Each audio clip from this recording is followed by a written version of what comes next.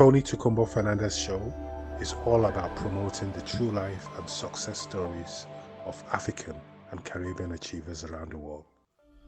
If there's a product or initiative you wish to share, feel free to give us a call. The number is 0788 280 9005. Hello everyone, I've had a rough night, as you can see, unshaven and looking pretty tired. We had a real big thunderstorm, and the effects of this thunderstorm can be seen today, where we have one of the bridges is overrun with water. It's not like blown out, but it's overrun. So let's go and have a look at this. People are trying to cross it right now on bikes, but I've got a car and I'm not sure the car's going to make it. So this is Arusha. We're in a place called Ngaramtoni, where my friend lives, and I'm pretty anxious to cross that river. But I think I'll wait until the bridge appears a little bit more. It's a concrete bridge, so it should be pretty strong. A car's already gone through, but it's been a 4x4 car that's been through, and no other cars have been through. So I've just got to be patient, maybe go for some breakfast or something like that and come back. This is the only road out, so I'm pretty stuck. But I suppose Tanzanians now are starting to find out what Malawi is going through. Malawi is still going through the after effects of the cyclone. And the big thunderstorm that we had last night was a big lightning storm. I actually hid under the hammock. So I've got like a bed hammock that I made, out of a seat. And I've got it up in the ceiling a bit. In my friend's garage. I've got a room in a garage. And I had to hide under just in case. I mean, I don't even know if lightning would stop at the hammock and bypass me. I just thought, what if the lightning actually goes through the roof and gets me? It was pretty scary. It's the first time in my life I've hid under the bed for lightning. I actually like lightning. I think it's really special. But when you have it, booming, and the thunder of the lightning boom right next to you, and the brightness of the light, it's just really scary. And to be honest, I was in a bit of a Faraday cage. I don't know if you know what a Faraday cage is, but it's a metal box basically, and that will attract the electricity to go around the box. And if you're in the middle, it's not going to touch you. That's the theory. So we've built this room like up a height in the garage, and it's a metal cage to make the bedroom, and then we've put wooden panels on it. So I was thinking, well, at least I've got the metal cage to protect me, but what if the lightning still gets through? And you can imagine it wasn't really as bad as what Malawi's been going through. A lot of people have lost their lives. Most people have been affected in some way by disruption, bridges being washed away, roads being washed away, and not being able to get food and supplies so easily. Electricity, power, being cut out because power plants are down or washed away in some cases. The dam was washed away, and that supplies 30% of Malawi's electricity, which is a massive amount. So you can imagine what they've been through, and we've just got a bit of a situation here today. Everyone's standing around wondering when they're going to be able to cross. But there's something weird about the culture here in Tanzania. There's such nice people, so friendly and so well-mannered. They speak the best Swahili apparently in East Africa. They're very, very polite, but they don't seem concerned about anybody else in Africa especially. They don't seem aware of Malawi, which is the next door neighbor, and the massive cyclone that hit Malawi or Mozambique. It's even spread into Zambia and Zimbabwe. I don't think anybody here, and I've asked so many people, they don't have a concept of what's going on around them. They know what's happening in Tanzania, but even so, like in some areas, people don't really know anything other than their own region or their own town. I'm just watching the riders going through now. I wish I had a motorbike. I'm also a motorbike rider. I could have got to town and back by now. But being in a small car, I might get washed away, so I have to wait for the water to not be so fast. Then I can risk going across it.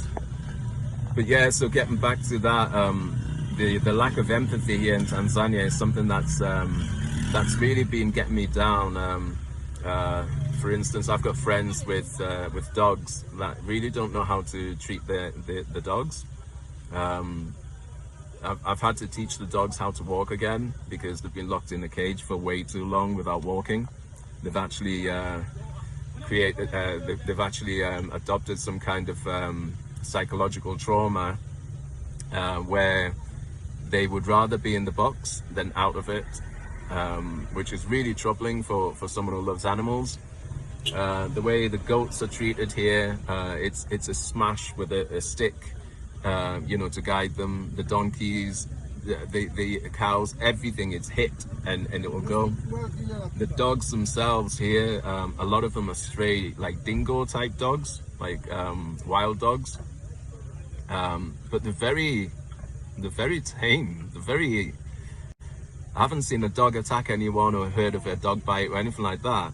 And I'm new here, so I might be completely wrong, but what kids are taught from a young age is to stone dogs. And that's before the dog has done anything. They just stone them or throw something at them, and they think it's normal. I was gonna say they think it's funny, but some people enjoy it. Other people just think you have to do that to the animal or won't respect you. It's a really weird place to be for me because I'm here to re-educate. I'm here to open up people's minds to what's happening out there in the world, but also what African people have done for the world. And it's a really difficult place to be when you see people who are otherwise so nice and polite and kind being so cruel, needlessly cruel as well. I mean, animals don't have to do anything and they will be smashed, and there's no empathy. There's nobody coming out going, look, you can't do that. This is the way to do it. This is how you walk a dog, or this is how you treat a cow or a goat. People mind their own business when it comes to violence here. And to be honest, I haven't seen much. I've seen a couple of little fights, but I haven't seen as many fights as I see in Newcastle, in UK, or in England. On a weekly basis, you're bound to see somebody have a go at someone. Whereas here in Tanzania, it's very rare that you'll see people, throwing hands or trying to punch each other. So in terms of like violence, it's not really an unsafe place. It's not really a violent place, but the way they treat the animals is just needlessly cruel. And I can't understand it. And I've got lots of Tanzanian friends here and in UK. And I'm asking them, like, where does this come from in us? Where does it come from in our people that we would do this? It really is troubling me. As you can tell, I've been going on about it for quite a long time.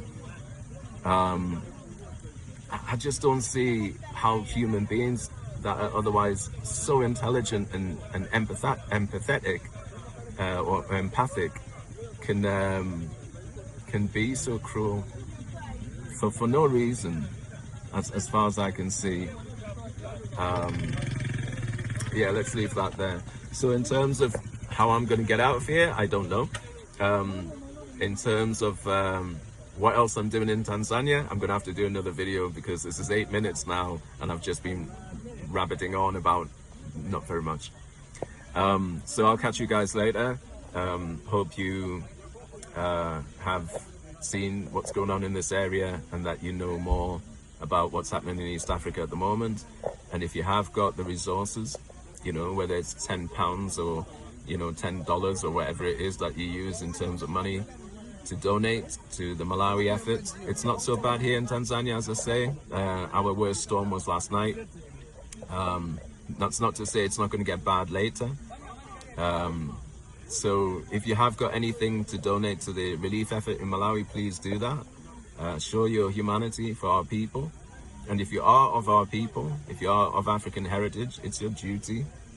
So wherever you can find sell something in the house, or some ornament at a car boot sale, donate that money, please, because there are people like me. I was going to go out to Malawi to help with the relief effort, but I've decided to donate my travel expenses rather than use that to pay a company to send me to Malawi from Tanzania, which is a lot of money if you fly, when they could use that money there on the ground.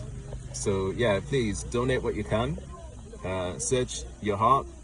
If you are an African or an African ally, search your heart and just ask yourself, do these people deserve your support?